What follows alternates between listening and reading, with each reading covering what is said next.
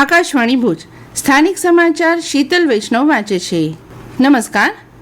રાજ્યના આરોગ્ય મંત્રી ઋષિકેશ પટેલે કહ્યું છે કે HMPV વાયરસ ચેપી છે, જેને કારણે તકેદારી રાખવાની જરૂર છે.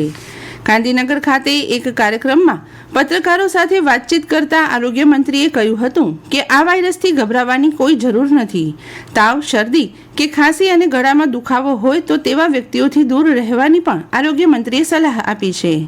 દરમિયાન HMPV વાયરસના પગલે કચ્છમાં પણ તંત્ર એલર્ટ થયું છે અને તકેદારીના પગલાં લેવામાં આવી રહ્યા છે. આ અંગે સાંભળીએ અહેવાલ. રાજ્યમાં હ્યુમન મેટાપ્યુમો વાયરસ HMPVના કેસો સામે આવી રહ્યા છે, ત્યારે કચ્છ જિલ્લાનું આરોગ્ય તંત્ર પણ એલર્ટ થયું છે અને સર્વેલન્સ સહિતની વિવિધ કામગીરી હાથ ધરાઈ છે. મુખ્ય જિલ્લા આરોગ્ય અધિકારી ડોક્ટર મિતેશ ભંડેરીએ આકાશવાણીને જણાવ્યું કે આ વાયરસથી ગભરાવાની જરૂર નથી, પણ શરદી, ઉધરસ અને તાવના લક્ષણો જણાય તો તાત્કાલિક સારવાર લેવી જોઈએ. અત્યારે જે સમગ્ર ભારતમાં અને વિશ્વમાં અને ગુજરાતમાં જે વાયરસની ચર્ચાઓ થઈ રહી છે એ સામાન્ય રીતે આપણા વિસ્તારમાં સૌથી સર્ક્યુલેટિંગ વાયરસ તરીકે ગણાય છે. આ વાયરસથી જે છે એ ઇન્ફ્લુએન્ઝા લાઇક ઇલનેસ અથવા તો જે શરદી ઉધરસ જે આપણે સાદી ભાષામાં કહીએ છીએ એ થાય છે. એટલે અત્યારે કોઈ ગભરાવાની જરૂર જણાતી નથી, પણ આપણે ચોક્કસ સાવચેતીના ભાગરૂપે શરદી, ઉધરસ, ખાંસી કે કંઈ પણ તમને તાવ કે કળતર કે થતી હોય તો તાત્કાલિક તમે નજીકના દવાખાના કે તમે જ્યાં સારવાર લેતા હોય એનો સંપર્ક કરી અને દવા લઈ લેવાની થાય. અમે જે સર્વેલન્સ અત્યારે હાથ જે ધરી રહ્યા છીએ એ છે કે જે લોકોને ન્યુમોનિયા થયો હોય કે સિવિયર એક્યુટ રેસ્પિરેટરી ઇન્ફેક્શન થયું હોય એવા જે લોકો છે એમના જે તબીબને જ્યાં શંકા લાગે કે આમાં વાયરસથી ટેસ્ટિંગ કરવાની જરૂર છે તો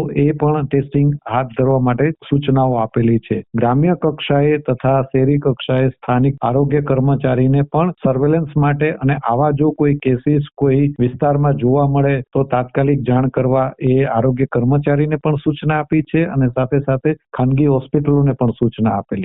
ઉલ્લેખનીય છે કે કચ્છમાં હાલ રણોત્સવને પગલે મોટા પાયે પ્રવાસનની સિઝન ચાલી રહી છે, ત્યારે તંત્ર દ્વારા પણ HMP વાયરસના નિયંત્રણ માટે ખાસ તકેદારી રાખવામાં આવી રહી છે. અશરફ નથવાણી, આકાશવાણી સમાચાર, ભુજ. રાજ્ય સરકાર દ્વારા રવિ સિઝન 2025-26 અંતર્ગત ખેડૂતો પાસેથી લઘુત્તમ ટેકાના ભાવે ઘઉંની ખરીદી કરવામાં આવશે. ગુજરાત રાજ્ય નાગરિક પુરવઠા નિગમ મારફતે 2425 રૂપિયા પ્રતિ ક્વિન્ટલ લેખે કરવામાં આવનાર આ સીધી ખરીદીમાં ઘઉંનું વેચાણ કરવા ઈચ્છુક ખેડૂતોને ઓનલાઈન નોંધણી કરાવવા જણાવવામાં આવ્યું છે. આ માટે સ્થાનિકે ગ્રામ્ય કક્ષાએ VCE મારફતે અરજી કરી શકાશે.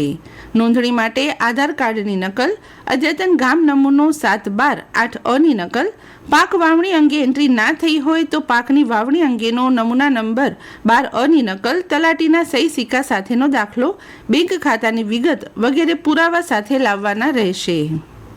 જિલ્લાના તમામ રાશન કાર્ડ ધારકો માટે સરકારની વિવિધ યોજનાઓનો લાભ મેળવવા માટે રાશન કાર્ડમાં સમાવિષ્ટ તમામ સભ્યોના eKYC કરાવવું ફરજિયાત છે.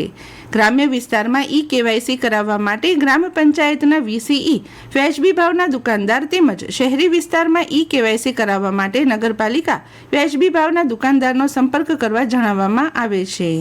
વધુમાં લોકો ઘર બેઠા પણ એન્ડ્રોઈડ મોબાઈલમાં માય રાશન એપ્લિકેશન ડાઉનલોડ કરી જાતે પોતાનું તથા ઘરના સભ્યોનું eKYC કરી શકે છે, તેવું જિલ્લા પુરવઠા અધિકારી ભુજ કચ્છ દ્વારા જણાવાયું છે. જિલ્લામાં ઠંડીનું પ્રમાણ ચાલુ રહેવા પામ્યું છે. ઠંડીની અસર જનજીવન પર પડી રહી છે. લોકો દિવસના સમયે પણ ગરમ વસ્ત્રોનો સહારો લેતા નજરે પડી રહ્યા છે, ત્યારે વિવિધ સેવાભાવી સંસ્થાઓ દ્વારા ગરીબોને ગરમ કપડાં વિતરણ કરાઈ રહ્યા છે. કોઠારા ગામ આજુબાજુ મુખ્ય માર્ગો પર રહેતા શ્રમજીવી પરિવારોને કચ્છ જિલ્લા ગામ વિકાસ સમિતિ ગોધરા દ્વારા વિવિધ દાતાઓના સહયોગથી ગરમ ધાબળા વિતરણ કરાયા હતા. દરમિયાન રાપર તાલુકાના ખાંડેકથી કરમશીભાઈ માલીએ આકાશવાણીને જણાવ્યું કે આજે બપોરથી વાતાવરણમાં પલટો આવ્યો છે અને વાદળછાયું વાતાવરણ જોવા મળી રહ્યું છે. ભુજ તાલુકાના રુદ્રમાતા નજીક આવેલી નોખાણીયા ફિલ્ડ ફાયરિંગ રેન્જ ખાતે તારીખ 11 થી 30 જાન્યુઆરી 2025ના રોજ આર્મ્સ ફાયરિંગ પ્રેક્ટિસ યોજવામાં આવનારી છે, ત્યારે કોઈપણ વ્યક્તિ ઉપરોક્ત ફાયરિંગ રેન્જમાં પ્રવેશશે તો તેની સામે કાયદેસરની કાર્યવાહી હાથ ધરવામાં આવશે, તેવું sub divisional magistrate Bhuj Kutch દ્વારા જણાવાયું છે. અને આ સાથે આજનું સમાચાર બુલેટિન પૂરું થયું. નમસ્કાર.